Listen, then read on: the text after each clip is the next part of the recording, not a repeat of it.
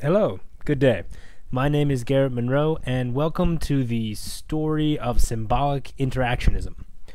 Of the three major schools of thought in sociological theory, symbolic interactionism is perhaps the least understood. This is not without reason.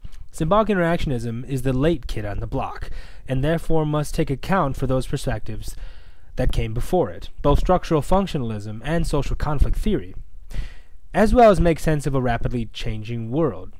Indeed, what we're about to embark on is a whirlwind 4-minute tour de force of the story of the evolution of symbolic interactionism as a theoretical perspective. We'll focus on the major players and aspects of the theory, how it evolved and unfolded, and what it means today. George Herbert Mead is the central figure in the development of this perspective. He's a giant in the distinctly American philosophical school of thought known as pragmatism.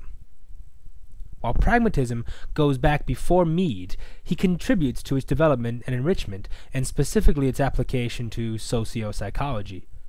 He was particularly proud of the idea that his perspective lends itself to solving complex problems and situations. To understand how these ideas came together, let's trace the story of George Herbert Mead. He was born in 1863 in a small town in Massachusetts to a middle-class Protestant family. Both his parents were educated and academics, serving at Oberlin College, where he graduated with a BA degree. After completing his studies at Oberlin, Mead taught grade school for 4 months before taking a job as a surveyor with the Wisconsin Railroad Company. In 1887, Mead enrolled at Harvard University, interested in psychology and philosophy. He met William James there and tutored his children. After only 1 year, he moved to Germany to study under Wilhelm Wundt, considered the father of experimental psychology, having established the first laboratory for psychological research. Mead moved back to the States in 1891 and took a position at the University of Michigan, where he met John Cooley, perhaps best known for the concept of the looking-glass self. Soon Mead changed post to the University of Chicago, where he continued to work, teaching, publishing, and researching until his death in 1931. This quick, encyclopedic review of Mead's life does little to explain where his inspirations and contributions arose from. More interesting, I think, is what we don't know about his story. We don't know, but we do know that the ideas arise from historical context and not out of a vacuum. Mead grew up during the booming post-Civil War years, the decades of massive industrial corporatization and technological advancement. By the time he had crisscrossed the Atlantic in a steamship and was on to publishing his major works, Einstein had published his theory of relativity. Much of what had once been known about the world had become more exciting and dynamic, and Mead seemed to be in the right place at the right time to apply these new insights to fields afar. Symbolic interactionism stipulates that people's selves are social products, but these selves are also purposeful and creative. People create and derive meaning from their social situation. Identity, values, and assumptions are cultural and social cargo. Humans are self-determining creatures. We react and act creatively. This is in stark contrast to earlier scientific determinist theories of the 19th century, such as the Darwinian, Freudian, or Marxist beliefs about human determinism.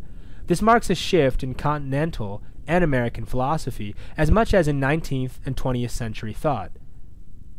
Symbolic interactionism isn't a perspective to replace earlier perspectives, but offers us an additional lens through which to understand a society on a different level. Research that arose out of this perspective was field-orientated and led to the development of urban sociological research, such as the work done by Nobel Prize recipient Jane Addams and her work at Hull House. Structural functionalism saw society as a complex, predictable system designed to promote stability and conformity, much like the Newtonian model of the universe of the 17th century. Marxist thought, though, focused on inequality and difference, using applied economics and cultural studies representing a natural flowering out of the ecological and ethnographic studies of its age. And finally, symbolic interactionism has a focus on relativity and flux. It's micro-orientated, much like the thinking that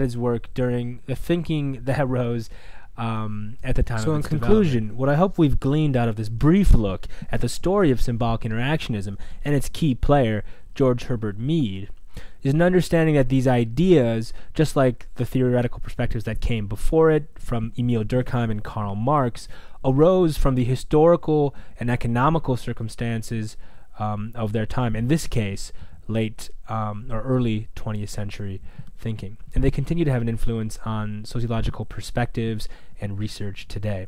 Thank you.